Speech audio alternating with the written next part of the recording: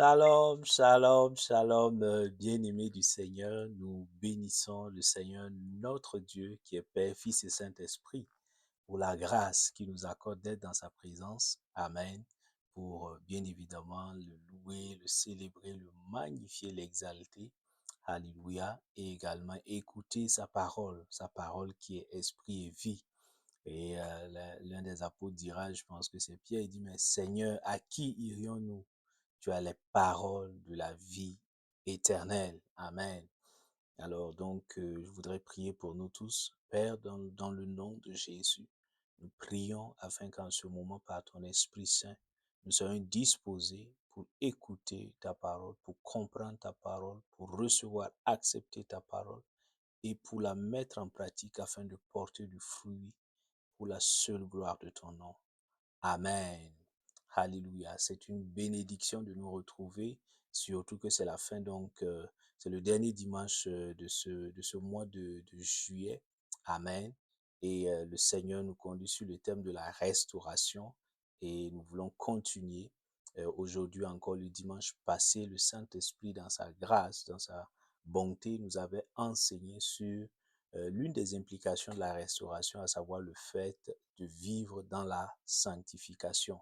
Amen. Et aujourd'hui, le Seigneur continue encore à nous enseigner et nous voyons donc le thème, tu peux le noter, les implications de la restauration, de point, témoigner de Jésus-Christ.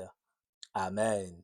Donc, les implications de la restauration, deux points, témoigner de Jésus-Christ. Et nous allons nous fonder donc sur Marc chapitre 5 et à partir des versets donc 19 à 20.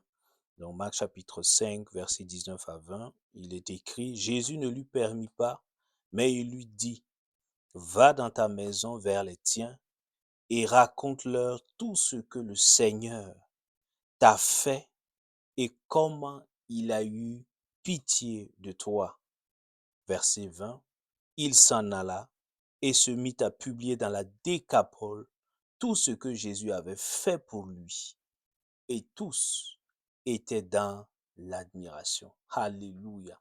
Tu entends mon frère, ma soeur. Donc là, je résume rapidement l'histoire. Tu te connais très bien l'histoire de cette personne, de cet homme-là qu'on appelle l'homme de Gadara, qui avait été donc qui était oppressé, possédé par des esprits impurs, des esprits méchants.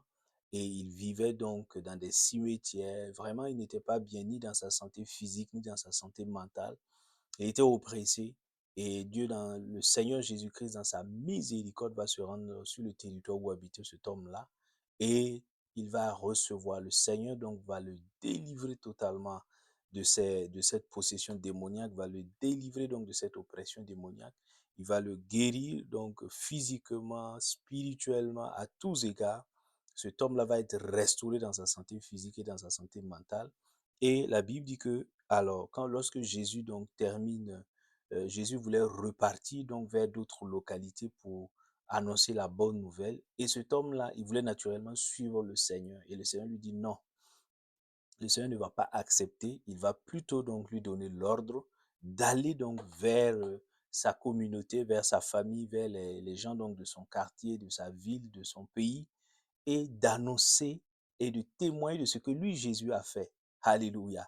Et donc, et comment le Seigneur a manifesté son amour, sa bonté, sa compassion envers lui. Et effectivement, il va obéir, il va aller, la Bible dit qu'il allait dans la Décapole. La Décapole, c'est 10 villes.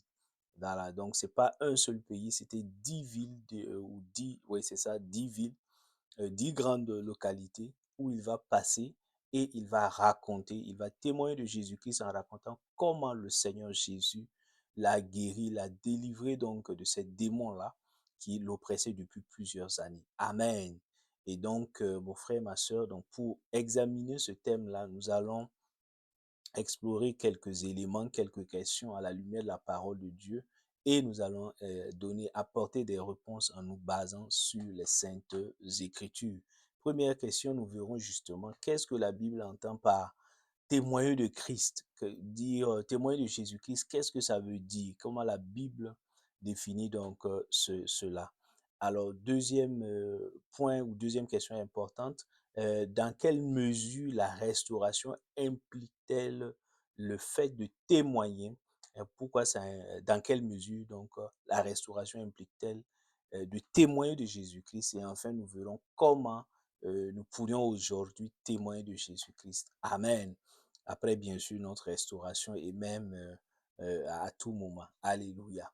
Donc, voici quelques questions. Et donc, tu peux noter, mon frère, ma soeur. Première question importante.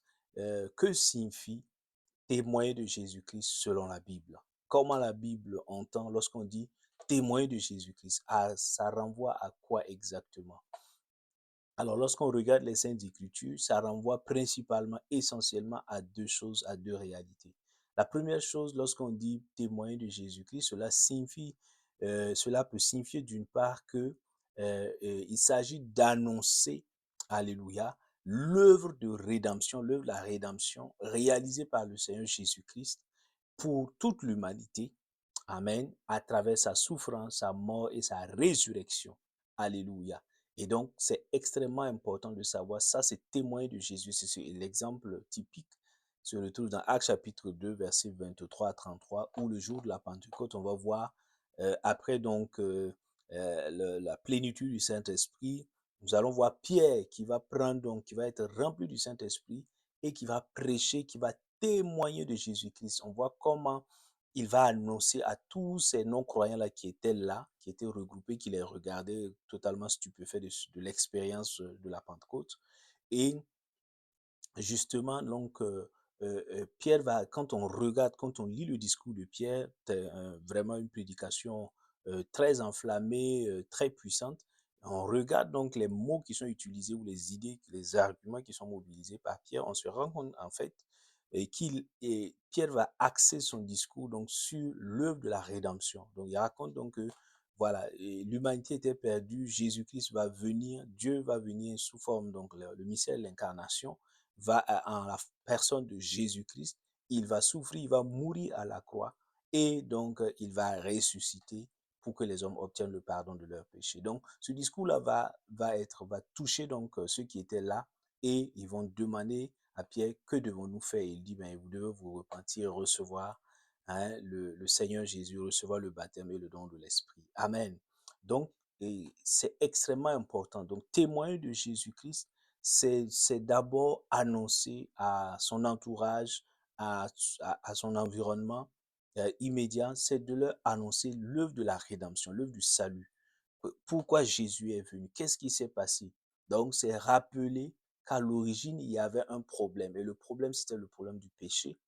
Et ce problème-là avait déjà dû justement à la rébellion donc, de, de Adam et Ève, les tout premiers, les êtres humains sur la terre. Donc, et en s'étant rebellés justement, cela a envoyé une séparation éternelle avec Dieu.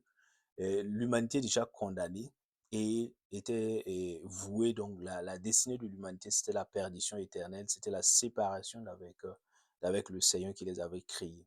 Et donc, ici, comment résoudre ce problème-là? Le Seigneur, dans sa grâce et dans sa miséricorde, va s'incarner. Donc, Dieu donc, va prendre la forme donc, humaine en la personne de Jésus-Christ de Nazareth. Il va venir et donc, il va vivre comme les hommes sans péché et il va justement accomplir cette œuvre-là à la croix. Il va souffrir, il va prendre donc le châtiment que nous méritions, la condamnation que nous méritions. Le Seigneur Jésus-Christ va porter cela à la croix. Alléluia. Et lui qui est juste là, donc il va prendre ça sur lui et donc il va souffrir, mourir à la croix et ressusciter le troisième jour. Et une fois qu'il est ressuscité, alléluia, il a obtenu donc le pardon de nos péchés. Donc, et à toute personne qui va croire en lui, cette personne obtient le pardon de ses péchés et la vie éternelle. Donc, la personne n'est plus condamnée à la damnation éternelle. Non, la personne donc reçoit le salut en Christ Jésus, la vie éternelle. Alléluia. C'est une bonne nouvelle. C'est pour qu'on parle de bonne nouvelle de l'évangile. Amen. Et donc, le témoignage, là, notre témoignage doit être axé sur cela. Amen. Et donc, ça, c'est déjà la première idée. Témoigner de Jésus également, c'est faire comme l'homme de Gadara. Donc, dans le passage que nous venons de lire, Jésus dit, va et va dire, alléluia, il dit, va dans ta maison vers les tiens, raconte-leur ce que le Seigneur t'a fait et comment il a eu pitié de toi, comment il a eu compassion de toi. Donc, le témoignage aussi, c'est cette deuxième dimension où ici, on va mettre plus l'accent sur ce que le Seigneur, notre expérience de l'amour et de la puissance du Seigneur Jésus-Christ, notre expérience personnelle, nous l'avons vécu. Alléluia. Et l'homme de Gadara, lui, il était oppressé par des démons. Le Seigneur va l'en délivrer et il va être restauré dans sa santé physique et mentale. Pour d'autres personnes, ils avaient peut-être perdu un emploi, ils avaient un bon emploi, après ils l'ont perdu et le Seigneur, dans sa grâce, va restaurer, donc ils vont retrouver un bel emploi. Amen. Dans d'autres également, ça peut être les études, et peu importe la dimension, alléluia. Donc, peut-être d'autres même, c'était la mort karma. Et le Seigneur, dans sa grâce, on va les ramener à la vie. Et donc, tout ça, ce sont des expériences et chacun vit différemment les expériences de restauration. Donc, mais le témoignage va consister ici à raconter ce que le Seigneur Jésus-Christ a fait personnellement pour toi et pour moi. Alléluia. Dans notre vie personnelle. Alléluia. Et ça, c'est extraordinaire. Donc, des situations où personne ne pouvait nous sauver et le Seigneur va faire grâce et va nous sortir donc de cette impasse-là. Et, alléluia, cela constitue un objet de témoignage. Donc, voici un peu les deux grandes idées, les deux éléments donc qui permettent de définir ce que veut dire témoigner de Jésus-Christ selon la Bible. Alléluia. Donc, l'homme de Gadara, c'est ce qu'il va faire suite à l'ordre que le Seigneur va donner. Il va effectivement repartir dans sa ville, dans sa communauté natale. Il va commencer à prêcher, à aller donc de ville en ville, à dire, oh, moi j'étais donc un homme oppressé par une légion de démons. Et voilà, un jour, j'ai rencontré donc le Seigneur Jésus et il m'a délivré donc de ces esprits méchants-là et j'ai retrouvé ma santé physique, j'ai retrouvé ma santé mentale, j'ai retrouvé le bien-être. C'est pourquoi maintenant, alléluia, je viens vous parler de cet homme-là. Amen, afin que vous puissiez croire en cet homme-là et être disciple. Amen. Donc tu comprends, mon frère, ma soeur, c'est extrêmement important. Alléluia. Donc voici un peu les deux dimensions et je prie dans le nom de Jésus-Christ que le Seigneur, Amen, nous puisse donc nous aider à comprendre ces deux dimensions-là du témoignage donc de Jésus-Christ, que nous puissions mettre en pratique cela au nom de Jésus. Amen. Alors, deuxième grande question, tu peux le noter, mon frère, ma soeur. Dans quelle mesure la restauration implique-t-elle de témoigner de Jésus-Christ? Oui, Dieu m'a fait grâce, Dieu t'a fait grâce. Alléluia. Il nous a restaurés sous plusieurs formes. Et en quoi maintenant ça demande de témoigner de Jésus? En quoi ça implique de témoigner de Jésus-Christ? Alors, donc la Bible donc, donne quelques réponses. Nous allons voir, première réponse, la Bible dit que justement à partir de notre verset de base, Marc chapitre 5, verset 19 là, on voit qu'on peut répondre en disant, ben, c'est parce que en réalité, la restauration implique de témoigner de Jésus-Christ parce que le Dieu qui m'a restauré veut que je rende témoignage de Jésus-Christ. Et c'est ce qui s'est passé. Marc chapitre 5, verset 19. Jésus dit, va dans ta maison, vers les tiens, et raconte-leur tout ce que le Seigneur t'a fait et comment il a eu pitié de toi. Donc, c'est un ordre. Dieu, ici, Jésus n'exhorte pas, il ne conseille pas, il ne donne pas un avis à l'homme de Gadara qui vient d'être restauré dans sa santé. Non, mon frère, ma soeur. Il dit, va dans ta maison. Donc, c'est un commandement qui a été donné, c'est un ordre qui a été donné.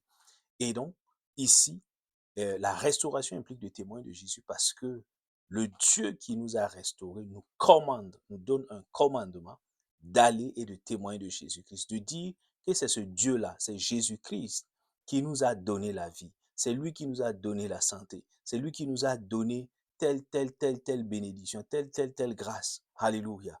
Donc nous voulons témoigner et c'est sa volonté. Donc il nous donne cet ordre-là et nous sommes donc, alléluia, et la Bible dit que nous sommes des soldats de Christ. Un soldat obéit aux ordres que lui donne son maître, que lui donne son boss. Est-ce que tu comprends, mon frère, ma soeur? Donc ici, nous voulons donc obéir à cet ordre-là. La restauration implique, alléluia, que nous puissions donc témoigner de Jésus parce que le Dieu qui nous a restaurés nous en donne l'ordre. Mais est-ce que toi et moi aujourd'hui, après avoir reçu la restauration, est-ce que nous obéissons à l'ordre, au commandement qui nous a été donné de témoigner publiquement? Il ne s'agit pas de témoigner de manière privée, à l'insu des uns et des autres. Non, c'est un témoignage public pour dire, Alléluia, Jésus-Christ est le Sauveur, il est le Seigneur, c'est celui qui pardonne les péchés, qui donne la vie éternelle. Amen. C'est lui également qui, à un moment donné de mon histoire, dans telle année, c'est lui qui m'a restauré dans ma vie, dans ma santé, etc., dans mes finances, etc.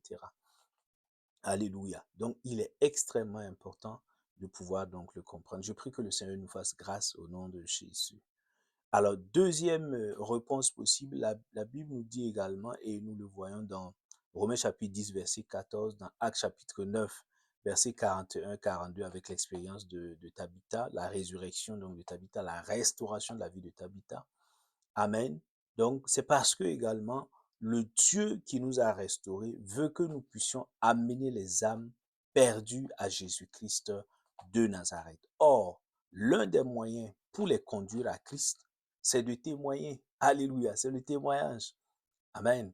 Donc, je répète, la restauration implique de témoigner de Christ. Pourquoi? Parce que le Dieu qui nous a restaurés, il veut, amen, que nous puissions conduire les âmes à Jésus-Christ de Nazareth, que nous puissions moissonner les âmes, que nous puissions gagner les âmes. Mais l'une des façons, l'une des manières pour conduire ces âmes-là à Christ, pour gagner ces âmes-là, c'est de témoigner. Romains chapitre 10, verset 14, Paul dit justement, comment les non-croyants vont-ils croire au Seigneur Jésus s'ils n'entendent pas quelqu'un témoigner de Jésus-Christ? Non, cela va être difficile, mon frère, ma soeur.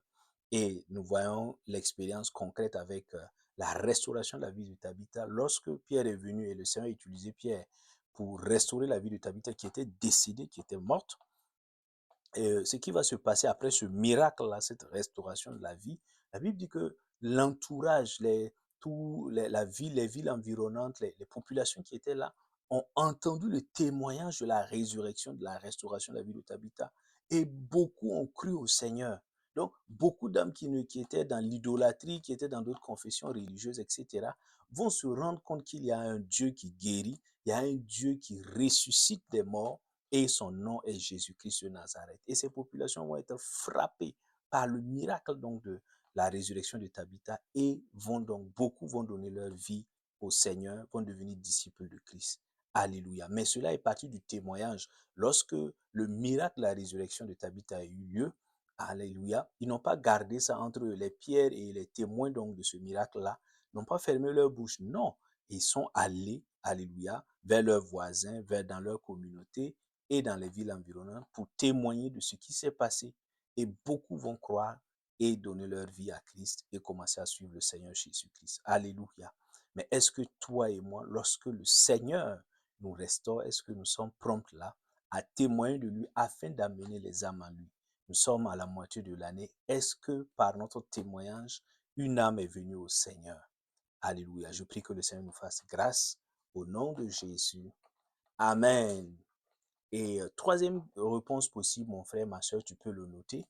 Pourquoi, dans quelle mesure la restauration implique-t-elle le témoin de Jésus? Parce que, dit la Bible, le Dieu qui nous a restaurés veut que nous puissions le glorifier. Amen, tous les jours. Or, témoin de Jésus-Christ constitue l'un des moyens privilégiés pour donner gloire à Dieu. Alléluia. Donc, le témoignage, le fait de rendre témoin de Jésus, c'est une des manières privilégiées de donner gloire au Seigneur. Amen. Donc, si tu veux glorifier le Seigneur, c'est de témoigner de Jésus-Christ. Alléluia. Donc, et nous le voyons dans le psaume, c'est David qui avait compris cette réalité-là. Dans le psaume 145, mon frère, ma soeur, verset 4 à 5, là, qu'est-ce que David dit? David dit que chaque génération glorifie tes œuvres, qu'elle raconte tes exploits et qu'elle raconte la magnificence éclatante de ta gloire. Alléluia. Donc, David est en train de dire ici, Seigneur, tu es le Dieu de gloire.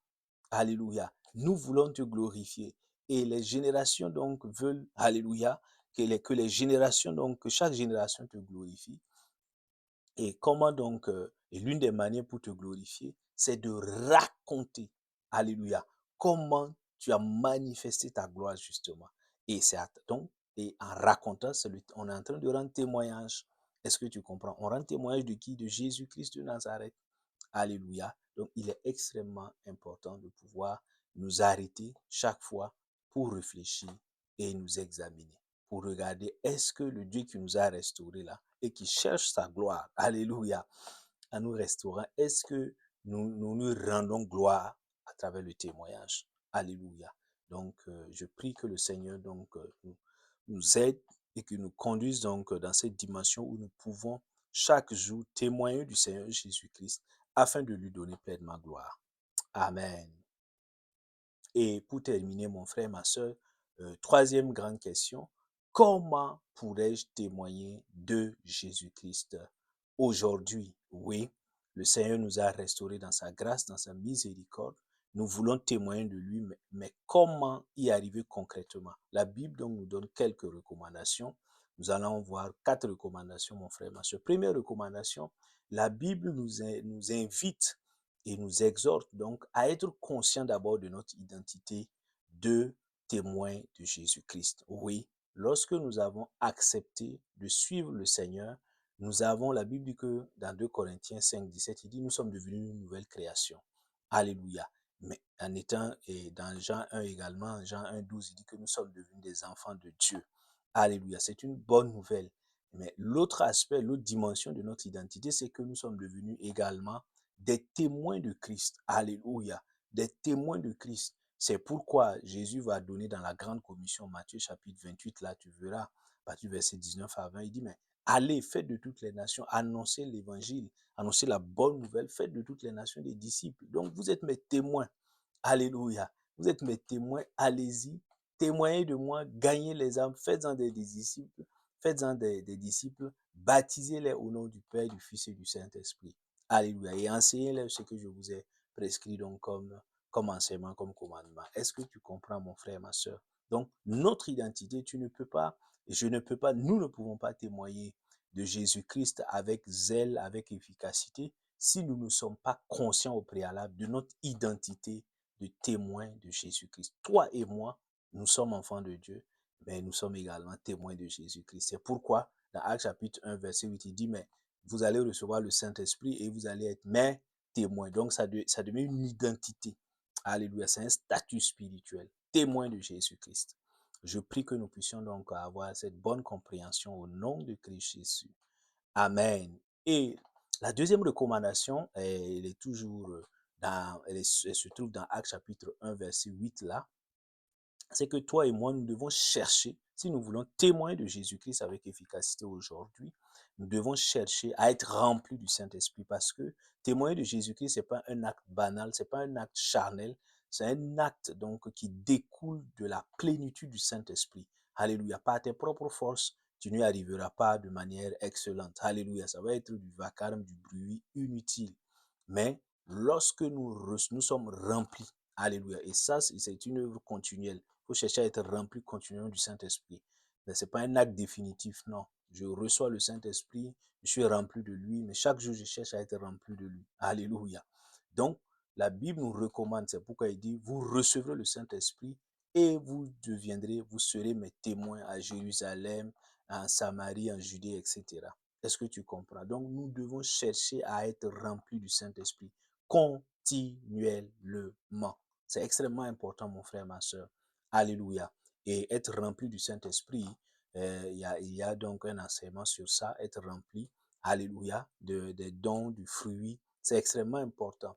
Donc, la plénitude du Saint-Esprit te donne de manifester à la fois le fruit du Saint-Esprit, Galates chapitre 5, verset 22, donc l'amour, la paix, la douceur, la bonté, la patience, la fidélité, la maîtrise de soi, la bienveillance, etc. Mais également la plénitude du Saint-Esprit te donne de manifester la puissance du Saint-Esprit à travers les dons spirituels dans 1 Corinthiens chapitre 8 là, dans 1 Corinthiens chapitre 12 verset 8. Donc, à partir du verset 8, donc là où on voit les différents dons, la parole de connaissance, la parole de sagesse, le don de guérison, le don de discernement des esprits, le don de prophétie, le don de guérison des malades, le don de faire des miracles, le don d'interpréter les langues, etc. Est-ce que tu comprends? Donc, et ça, le Seigneur accorde ces dons-là pour manifester sa puissance donc au milieu donc des païens, afin qu'ils sachent qu'il y a un Dieu qui est vivant. Alléluia. Et qui les aime et qui veut donc qu'ils soient sauvés en Jésus-Christ. Amen. Donc, l'un des préalables, l'une des recommandations fortes de la Bible donc, pour pouvoir témoigner de Jésus-Christ efficacement, c'est de chercher à être rempli du Saint-Esprit. Amen. Et troisième recommandation forte de la Bible, c'est que nous devons, toi et moi, nous devons laisser le Saint-Esprit qui est déjà en nous, le Dieu vivant en nous, nous devons laisser le Saint-Esprit nous conduire sur les méthodes à utiliser pour témoigner efficacement de Jésus. De nous-mêmes, nous ne savons pas. Donc, dans le psaume 32, verset 8, là, tu verras que Dieu dit qu'il est notre conseiller. Le Saint-Esprit dit, je serai avec toi, je te montrerai le chemin, je te conseillerai, je te montrerai ce qu'il faut faire. Alléluia. C'est lui qui connaît et par quels moyens, quels sont les moyens qui seront les plus efficaces. Nous pouvons penser par notre intelligence, mais si nous utilisons ces voies par notre intelligence, ça ne va pas marcher. Nous n'atteindrons pas les objectifs qui consistent à gagner, à moissonner les âmes pour le Seigneur. Non.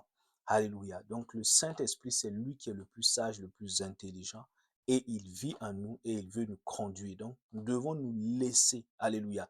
Tu peux penser que c'est en faisant des vidéos sur les réseaux sociaux que tu vas gagner le plus. Et le Saint-Esprit va te dire non, ce n'est pas là-bas.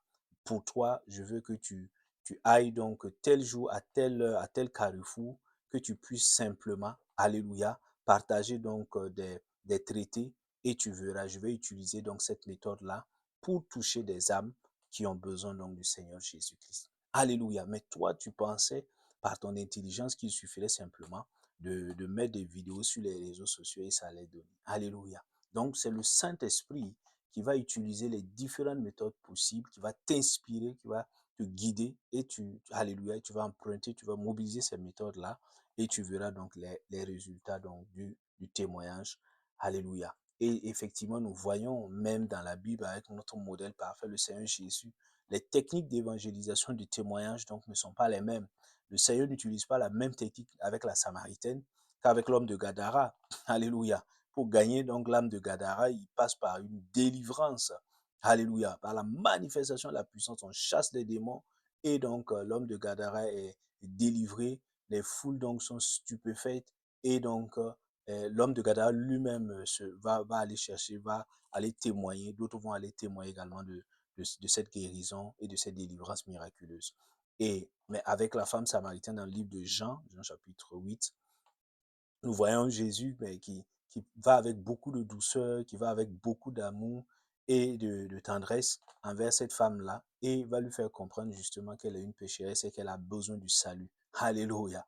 Et, et pas à pas, effectivement, il va gagner non seulement cette femme, mais également donc d'autres personnes qui vont venir pour écouter ce que le Seigneur, ce que cette dame-là a expérimenté avec le Seigneur. Est-ce que tu comprends? Nous voyons même l'apôtre Paul la même chose dans 1 Corinthiens chapitre 9, versets 20 à 22. Paul explique que lui s'est fait juif pour gagner les juifs, lui va se faire faible pour gagner les faibles, etc. Donc ça veut, il dit par là, par ces passages-là, qu'il utilise plusieurs différentes méthodes en fonction des circonstances, selon l'inspiration que lui donne le Saint-Esprit pour pouvoir gagner les âmes, pour pouvoir témoigner de Jésus et gagner les âmes. Est-ce que tu comprends, mon frère, ma soeur? Et enfin, pour terminer, alléluia, comment pourrions-nous donc aujourd'hui témoigner de Jésus-Christ, alléluia, afin donc de gagner les âmes? C'est simplement annoncer, alléluia, l'œuvre achevée de Christ à la croix. Voilà, pas pour la rédemption. C'est extrêmement important de, de d'abord mettre l'accent sur ça. C'est vraiment, le message est simple. Paul dit, moi, c'est 1 Corinthiens chapitre 1, verset 23. Paul dit, mais je prêche Christ crucifié. Mon message je n'ai pas un autre message en fait. Je ne parle pas de voyage, je ne parle pas donc, vous allez être béni avec des voitures. Non, non, non, je ne parle pas des choses matérielles. Le message, c'est la crucifixion, c'est le message de la croix. Je prêche la croix parce que c'est par la croix qu'il y a un scandale pour les Juifs, les Grecs. C'est par le message de la croix que l'humanité a été sauvée. Alléluia, c'est par la croix. Donc Christ est venu, il a souffert, il est mort et il est ressuscité. Alléluia. Il a pris donc notre condamnation à notre place, il a pris donc la culpabilité à notre place et il nous a donné la paix, il nous a réconciliés avec Dieu le Père et il nous ouvre la porte donc du ciel. Est-ce que tu comprends? Donc c'est le message de la croix. Donc, ne cherche pas, ne tournons pas, ne cherchons pas des messages qui n'ont rien à voir avec la croix pour essayer donc de manipuler ou bien de tromper les gens. Non, nous devons prêcher Christ crucifié. Nous devons témoigner que Christ est venu par amour, par grâce, par miséricorde et que il nous a donc, alléluia, sauvés par par son œuvre achevée à la croix. Amen. Et une fois que nous le faisons, nous pouvons maintenant partager nos expériences personnelles, alléluia, de restauration et donc comment ce que le Seigneur a fait dans nos vies personnelles à différentes étapes de nos vies, alléluia. Et en ce moment, le Saint-Esprit pourrait utiliser donc ces témoignages-là personnels pour également toucher et convaincre les cœurs et les amener donc au Seigneur Jésus-Christ. Donc je voudrais m'arrêter là, mon frère, ma soeur, et vraiment prier et que le Seigneur, dans sa grâce, nous donne de comprendre ce message-là, que lorsqu'il nous restaure, ce n'est pas pour que nous puissions nous taire. Il nous guérit, il nous donne donc la vie, il pourvoit à nos besoins, il fait beaucoup de choses, beaucoup de miracles chaque jour dans nos vies. Le Seigneur ne veut pas que nous puissions nous taire. Non, non, non, mon frère. Il nous délivre donc des oppressions, donc il nous délivre des combats visibles et invisibles. Le Seigneur veut que nous puissions témoigner de son amour, de sa bonté, de sa miséricorde autour de nous. Alléluia. Je prie que nous puissions nous laisser, alléluia, conduits par le Saint-Esprit pour témoigner autour de nous parce que nous sommes des témoins de Christ. Alléluia. Nous avons, Paul dit d'ailleurs, ce n'est pas, il dit, mais si je n'annonce pas l'évangile, malheur à moi si je n'annonce pas l'évangile, si je ne témoigne pas de Christ. Il dit, mais je ne prêche même pas l'évangile, je n'annonce pas l'évangile parce que j'ai le choix. Et la nécessité m'en est imposée. Je n'ai pas le choix que d'annoncer Jésus-Christ de Nazareth. J'ai été racheté par lui pour annoncer cette bonne nouvelle-là du salut. Alléluia. Si aujourd'hui, mon frère, ma soeur, toi qui m'écoutes, si tu n'as pas encore donné ta vie au Seigneur Jésus, si tu crois qu'il y a un Dieu, oui, et il en existe, c'est le véritable Dieu. Alléluia. Je voudrais t'inviter, mon frère, ma soeur, à faire un pas vers le Seigneur. Alléluia. Il est le chemin, la vérité et la vie. Ce n'est pas un chemin, il est le chemin. Lui-même se définit comme le chemin. Alléluia. Ça veut dire qu'en dehors de lui, il n'y a pas d'autre chemin. Il se définit comme la vie. Alléluia. Il se définit comme la vérité. En dehors de lui, il n'y a pas d'autre vérité. Est-ce que tu comprends? Et donc, je voudrais t'inviter, toi qui connais pas encore le Seigneur, qui est dans des dénominations religieuses, etc., ou qui ne croit même pas au Seigneur, je voudrais, alléluia, si ton cœur est touché, que tu puisses donc comprendre cela, alléluia, et accepter aujourd'hui de te repentir, comme Jésus, aujourd'hui est le jour du salut, alléluia. Nous avons très peu de temps, et donc aujourd'hui est le jour du salut, mon frère, ma soeur. Repends-toi simplement, demande pardon au Seigneur Jésus-Christ pour tous tes péchés, reconnais que Jésus-Christ est venu, qu'il a souffert, qu'il est mort, alléluia, qu'il est ressuscité, qu'il a pris tes péchés, amen, et qu'il est celui donc qui te donne la vie éternelle. Donc reçois-le simplement, confesse de ta bouche qu'il devient en ce moment ton sauveur et Seigneur, et que donc son esprit vient sur toi et que tu décides par sa grâce de marcher donc à sa suite tous les jours de ta vie et de faire justement ce qu'il te demande de faire au nom de Jésus. Amen. Donc si tu as fait donc cette confession-là, crois simplement que tu es sauvé, alléluia, de tout ton cœur et commence donc à louer le Seigneur pour cette rédemption et pour ce salut-là. Alléluia. Donc je prie dans le nom de Jésus pour terminer que le Seigneur te garde et te protège, que sa grâce soit sur toi, que son amour t'environne au nom de Jésus. Je prie que le Seigneur bénisse ta nouvelle semaine, que ce soit donc une semaine au cours de laquelle tu témoignes de Jésus-Christ, donc selon l'inspiration que le Saint-Esprit te donnera au nom de Jésus. Je prie que le Seigneur te restaure, qu'il renouvelle tes forces, qu'il te donne la victoire sur tout combat spirituel au nom de Jésus-Christ de Nazareth, qui te donne de tenir ferme si tu passes par des épreuves au nom de Jésus-Christ de Nazareth. Et qu'à la fin de ce manifeste sa gloire au nom de Jésus. Amen. Donc, la grâce de Dieu t'accompagne, sa faveur est sur toi, la paix de Dieu inonde ton âme, la joie du Saint-Esprit inonde ton cœur. Au nom de Jésus. Amen. Shalom, shalom, shalom bien-aimé du Seigneur.